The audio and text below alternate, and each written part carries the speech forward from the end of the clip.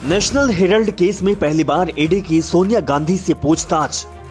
इससे पहले राहुल गांधी से 5 दिनों तक करीब 54 घंटे पूछताछ कर चुकी है ईडी। नेशनल हेराल्ड का प्रकाशन करने वाली कंपनी एजीएल के अधिग्रहण से जुड़ा हुआ है मामला। 2010 में यंग इंडियन कंपनी ने एजीएल का कर लिया था अधिग्रहण। यंग इंडियन में गांधी परिवार के मेजॉरिटी शेयर। देश भर में शहर शहर कांग्रेसी विरोध प्रदर्शन कर रहे हैं।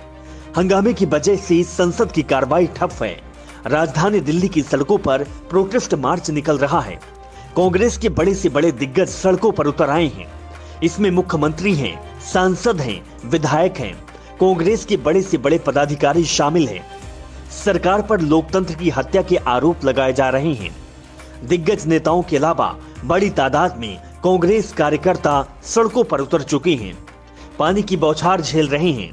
बैरिकेड लागने की कोशिश की जा रही है। हिरासत में लिए जा रहे हैं। गिरफ्तारी भी दी जा रही है। वजह भ्रष्टाचार के मामले में कांग्रेस की शीर्ष नेता सोनिया गांधी से ईडी की पूछताछ है। National Herald money laundering case में ईडी ने कांग्रेस की अंतरिम अध्यक्ष सोनिया गांधी को तलब किया है। इसी के विरोध में कांग्रेस ने आसमान सिर पर उठा लिया है।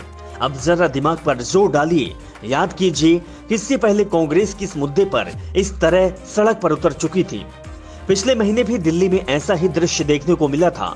कांग्रेस शासित राज्यों में मुख्यमंत्री तक दिल्ली में डेरा डाल चुके थे। सीएम, सांसद से लेकर आम से लेकर खास तक कांग्रेस कार्यकर्ता सड़कों पर थे। ऐसे ही दृश्य थे। कहीं कोई महिला नेता पुलिसकर्मी का गिरेबान पकड़कर खींच रही थी तो कोई पुलिसकर्मियों पर थूक रही थी। प्रोटेस्ट मार्च निकाल रहे थे।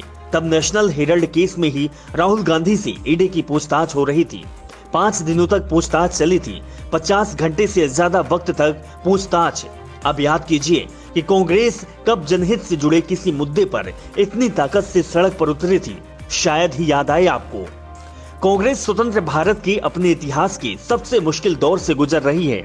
फिर भी जनहित के किसी मुद्दे पर पार्टी ने सड़कों पर इस तरह अपनी ताकत नहीं झोंकी है।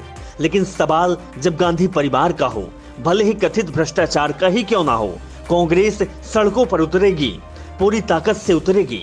परिवारवाद के लिहाज से आलोचना गांधी परिवार को कांग्रेस की मौजूदा दुर्गति के लिए जिम्मेदार ठहरा जा सकता है। लेकिन परिवार पार्टी के लिए मजबूरी भी है। इससे इंकार नहीं कर सकती कि आज ये परिवार ही है जो कांग्रेस को बांधे रहता है। नहीं तो ना जाने कब की पार्टी बिखर चुकी होती। गांधी परिवार के लिए कांग्रेसियों में जुनून कोई नई बात नहीं है। इस जुनून में समर्पण भी है, चाटुकारिता भी है, महत्वाकांक्षाएं भी है, ध्यान खींचने के लिए ड्रामा भी है। कभी कोई कांग्रेसी गांधी परिवार के लिए खुदकुशी करने की हाई वोल्टेज ड्रामा कर देता है तो कभी कोई प्लेन ही हाईजैक कर लेता है। 1975-77 की इमरजेंसी खत्म होने के बाद इंदिरा गांधी 2 बार गिरफ्तार हुई थी। 77 के चुनाव में कांग्रेस की करारी हार भी हुई थी। पूर्व कांग्रेसी मोरारजी देसाई के नेतृत्व में जनता पार्टी सरकार बनी। 3 अक्टूबर 1977 को सीबीआई ने भ्रष्टाचार के आरोप में इंदिरा गांधी को गिरफ्तार कर लिया। 2 दिन बाद ही वह रिहा हो गई। 1977 में ही दूसरी बार उन्हें तब गिरफ्तार किया गया जब वे सांसद के शीतकालीन सत्र में हिस्सा ले रही थी। 19 सितंबर 1978 को सीबीआई की एक टीम ने संसद में ही इंदिरा गांधी को गिरफ्तार कर लिया। इस बार उन्हें 1 हफ्ते के लिए दिल्ली के तिहाड़ जेल में रहना पड़ा। देश भर में कांग्रेस सड़कों पर उतर गए, विरोध प्रदर्शन करने लगे।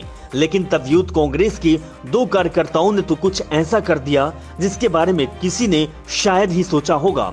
कनपटी पर पिस्तौल भी रखी गई, प्रदर्शन भी किया गया और नारे भी लगाए गए और इसके साथ ही कई बार पुलिस से और प्रशासन से नोकझोंक हुई।